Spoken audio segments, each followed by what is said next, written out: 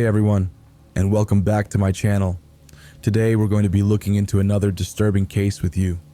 We're in a world where we constantly experience the fickleness of human existence. 1 minute, you're having the time of your life with your loved ones around you, and the next, they're yelling for help, stretching out their bloodied hands for you to take, but you can't take it, because your life is also flashing before your eyes at that moment. It's not a movie, but it's the most horrific thing you've ever witnessed. It's true we only live once, but death can be brutal, unexpected, and intrusive. This story that is about to be told mirrors pain, torment, and torture. Our love and respect goes out to all those who knew and loved Ortega family, and all those affected by this case. Police and coroners located the last of the bodies this morning. A particularly difficult task after the intense fire that reduced the home to rubble. Yes, I'm shocked. I would never picture in my right mind he would ever do something to a family. I'm just devastated. Merry Christmas to me and just kept walking down this way, and that was it. Imagine a Christmas party with loved ones gathered together, celebrating the holiday season. But in an instant, the joy and laughter turned to horror and tragedy. On December 24th, 2008, the Covina Massacre shook the small town of Covina, California, leaving 9 people dead and a community in shock. Gunshots rang out, and a devastating arson fire filled the home, trapping victims inside. The party turned into a horrible dream. Many people got hurt, and many questions were left unanswered. It was a very sad and scary moment. But what led to this unspeakable act of violence? The Covina Massacre remains a haunting reminder that even in the most joyful times, darkness can strike without warning. The Ortega family was having a great time together in their Covina home on Christmas Eve. In the dining room, Papa Joe Ortega, his wife of 53 years, and their children were playing a late-night game of Texas Hold'em. They had just finished dinner and were enjoying each other's company. The grandchildren were in the backyard, playing video games and hanging out near the pool. They were having so much fun that they didn't want the night to end. Meanwhile, upstairs, the Ortega's 17-year-old grandson, Michael, was sitting at his computer, typing away. It was a peaceful and happy moment, with everyone doing something they enjoyed.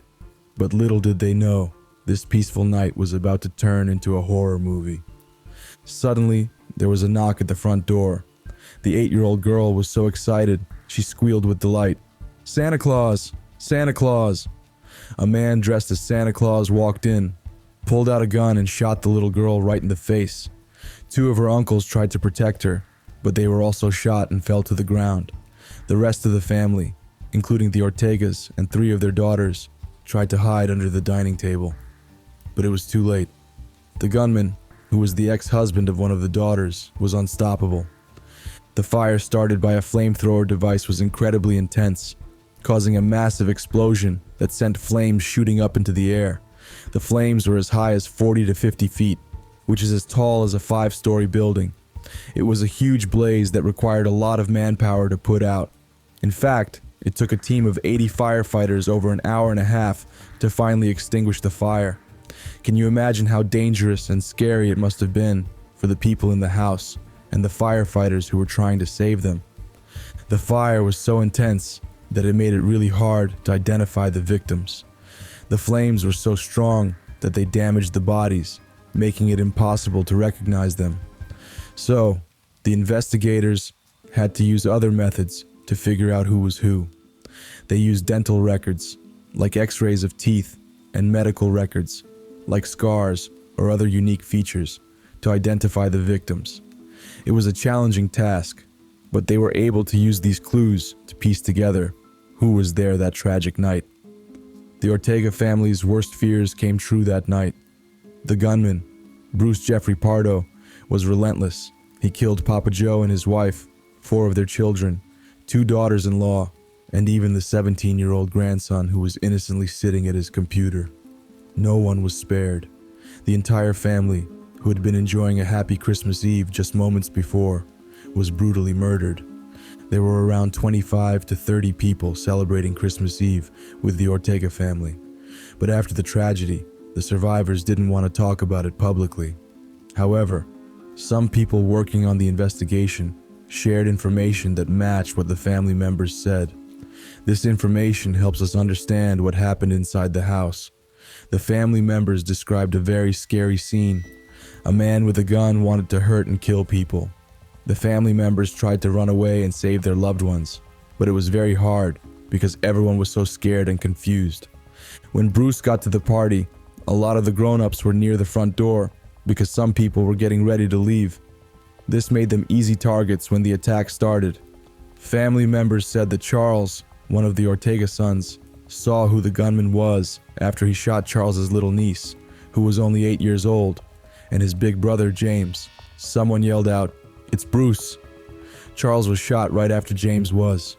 It was a really scary and dangerous situation, and everyone was trying to get away from the gunman. Irma Chapa Ortega, a close family member, shared a heartbreaking detail about the tragedy. She said that James and Charles Ortega, despite being wounded, tried to get up and stop the gunman. They were badly hurt, but they still tried to stand up and grab him. Unfortunately, they couldn't. Irma also said that the older Ortegas, Joseph and Alicia, and their 3 daughters, along with one of their daughters-in-law, Teresa, hid under the dining room table. She had been in touch with some of the family members who survived the attack, and they shared these details with her. Someone yelled out, "Run! Run!" and chaos erupted. The Ortegas and 2 of their daughters, Sylvia and Alicia, might have been killed while they were still in the dining room, but their daughter Letitia, whose little girl was badly hurt, managed to survive. Letitia had hidden under the table for a short time. She called 911 and told the police dispatcher, "I heard the shots," and everyone started panicking and running, and we all dove under the dining room table. He's shooting. He's shooting. What's your address? Ma'am, I understand. I need to know your address.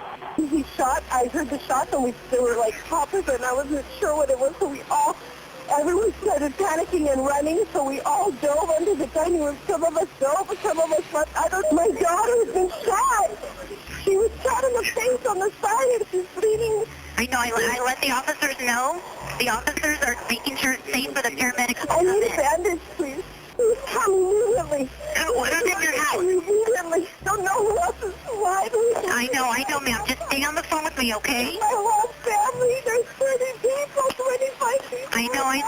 Chapa shared a heroic story about her cousin Letitia. She said Letitia saw her hurt daughter stumbling out of the house and decided to make a run for it. A person close to the investigation said that even though the gunman shot the little girl in the face, she might have saved her own life by turning her head at the last second. The bullet hit her jaw, but luckily didn't kill her. The person who gave this detail didn't want to be named because the police were still investigating what happened. After this happened, Letitia screamed at the dispatcher, "I need someone to come over and help my daughter. She's bleeding. She's been shot in the face." Some of the adults quickly grabbed the kids and carried them to safety. The investigators think that most of the young people were saved because they were in the back of the house, near the TV, probably playing video games when the gunman started shooting. The 8-year-old girl was hurt, and a 16-year-old girl was shot in the back, but luckily, they survived.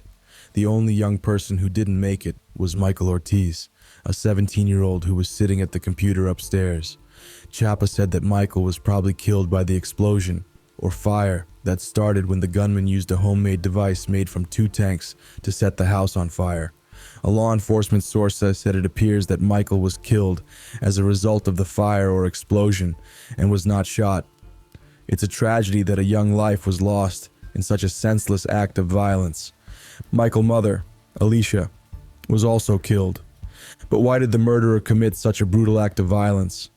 Bruce, a 45-year-old man, was very angry about his marriage ending. He and his wife had just gotten divorced, and he was consumed by hurt and anger. Instead of dealing with his emotions in a healthy way, he decided to take revenge on her and her family. He chose a tragic and devastating way to do it, by attacking them at their annual Christmas party in Covina, California. A team of FBI experts studied Bruce's behavior and found that he had some mental health issues, including extreme narcissism and obsessive-compulsive disorder. Although it's no excuse or justification, these conditions likely contributed to his decision to commit such a horrific act. It's heartbreaking that a family's joyous celebration turned into a tragedy because of one person's anger and sickness. Bruce had a plan to escape after his attack on the Ortega family. He'd even bought a plane ticket to Illinois, thinking he could just leave the chaos behind and start fresh. But his plan didn't work out as he expected. When he set the house on fire, he badly burned himself. He suffered second and third degree burns on his arms, which are very painful and serious injuries. So instead of escaping, he was left with severe burns. It's amazing how his plan backfired and led to his own suffering. After his failed attempt at escape, Bruce drove 40 miles to his brother's house in Sylmar. He went there to end his own life. Lieutenant Fred Corral from the Los Angeles County Coroner's Office shared that Bruce had a wound on the top of his head, which suggests that he put the gun in his mouth before pulling the trigger. A toxicology test had to be taken on Bruce, and it was said to have taken up to 6 weeks to get the result. This test would show if Bruce had any drugs or alcohol in his system at the time of his death. When the police searched Bruce's body, they found something strange. He had wrapped $17,000 in cash around his legs with plastic wrap and was wearing a special underwear called a girdle to keep it in place. They also found his rental car parked a block away from his brother's house. But when they tried to move the car, they realized it was rigged with a dangerous device that would explode if they touched it. The police had to be very careful. Inside his brother's house, they found 4 empty handguns and a lot of bullets, over 200 rounds. They also found some leftover pieces from his Santa suit that were rigged to explode. Back at Bruce's own house in Montrose, California, the police found even more dangerous things. They found empty boxes that had held semi-automatic handguns, a special kind of shotgun called a Benelli M2 Tactical, and a container for a type of gasoline that was highly flammable. But what was most shocking was what they called a virtual bomb factory in his home. It was like a secret workshop where he had been making dangerous devices. It's lucky the police were able to find all of this before anyone else got hurt. On the outside, Bruce Pardo seemed like a really charming and generous person. You know, when I first heard it, I knew he was wearing a Santa suit and I knew who he was because I had seen him, but more than one time. So, but I didn't think anything of it until they were saying that he used the Santa suit and he put stuff in the Santa suit, like guns and whatever he used. And then it kind of freaked me out thinking that maybe he had already planned this for a long time. And like I say, he stopped here, he ushered it at the church across the street, he stopped here a couple of times and knocked on the door and said, "Hi, how are you? How's your dog?" And "Mine's fine," you know, and da-da-da, and, you know, just nice guy. But on the inside, he was hiding some serious problems. His marriage was falling apart, and it was causing him a lot of pain. But he didn't show any of this to the people around him. Even the people who knew him best had no idea what was going on behind closed doors. They didn't know that long before his divorce was finalized, Bruce had started secretly collecting weapons and planning an elaborate escape plan. He was living a double life, and no one suspected a thing. In 2004, Bruce Pardo met Sylvia Ortega. They were introduced by her brother-in-law, who worked with Bruce at the Jet Propulsion Laboratory. Sylvia was 40 years old and had 3 kids from 2 previous marriages. Bruce's friends thought she was perfect for him, a kind and practical woman with a big family.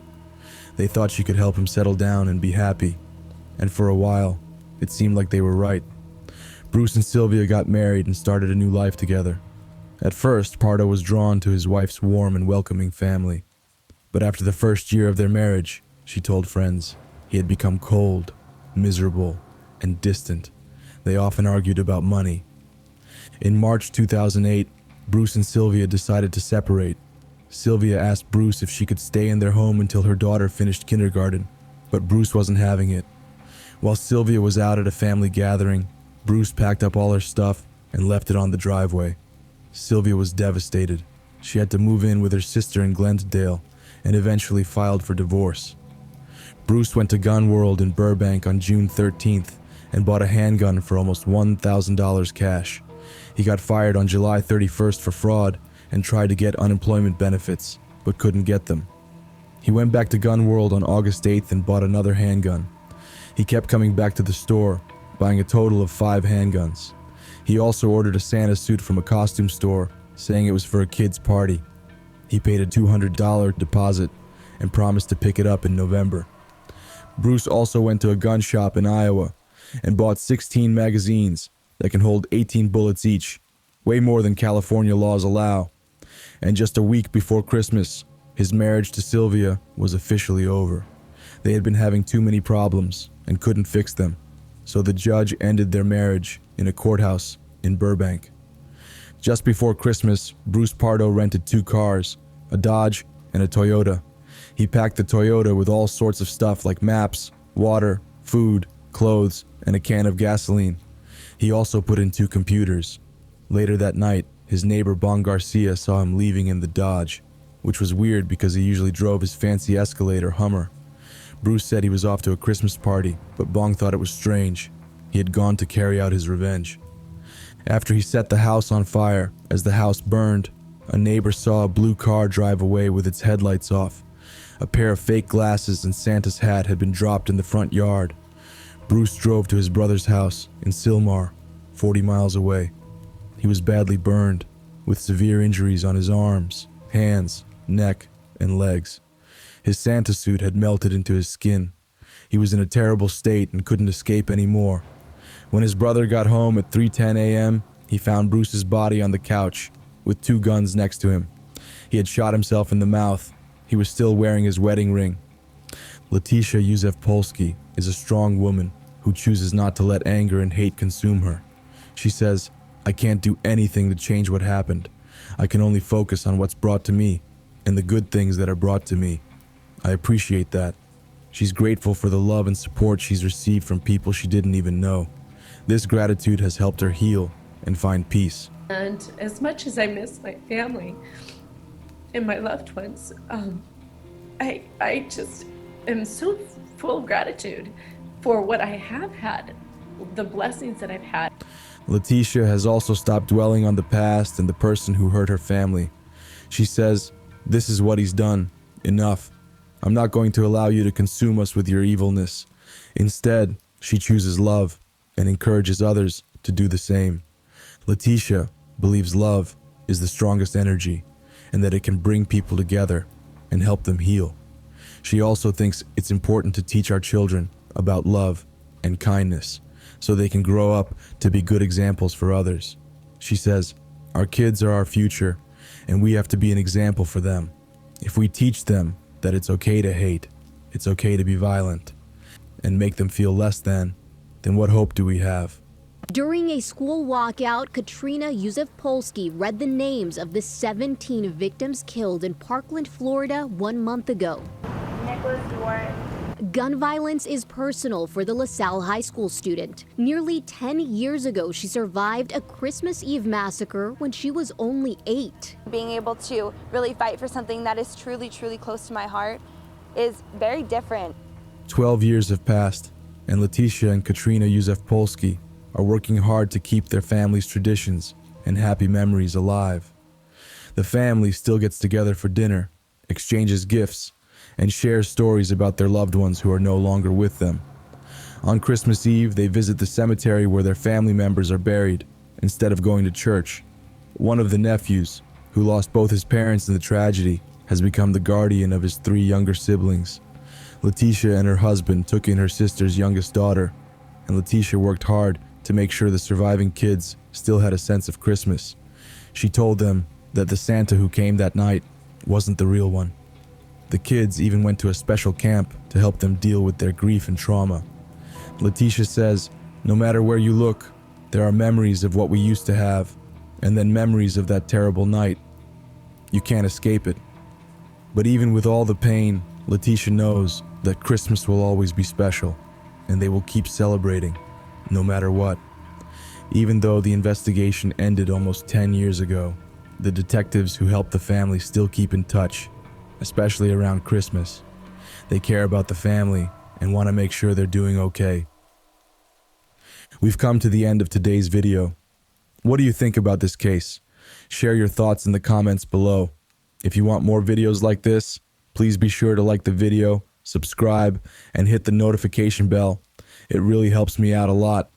Thanks for watching, and we'll see you in the next one.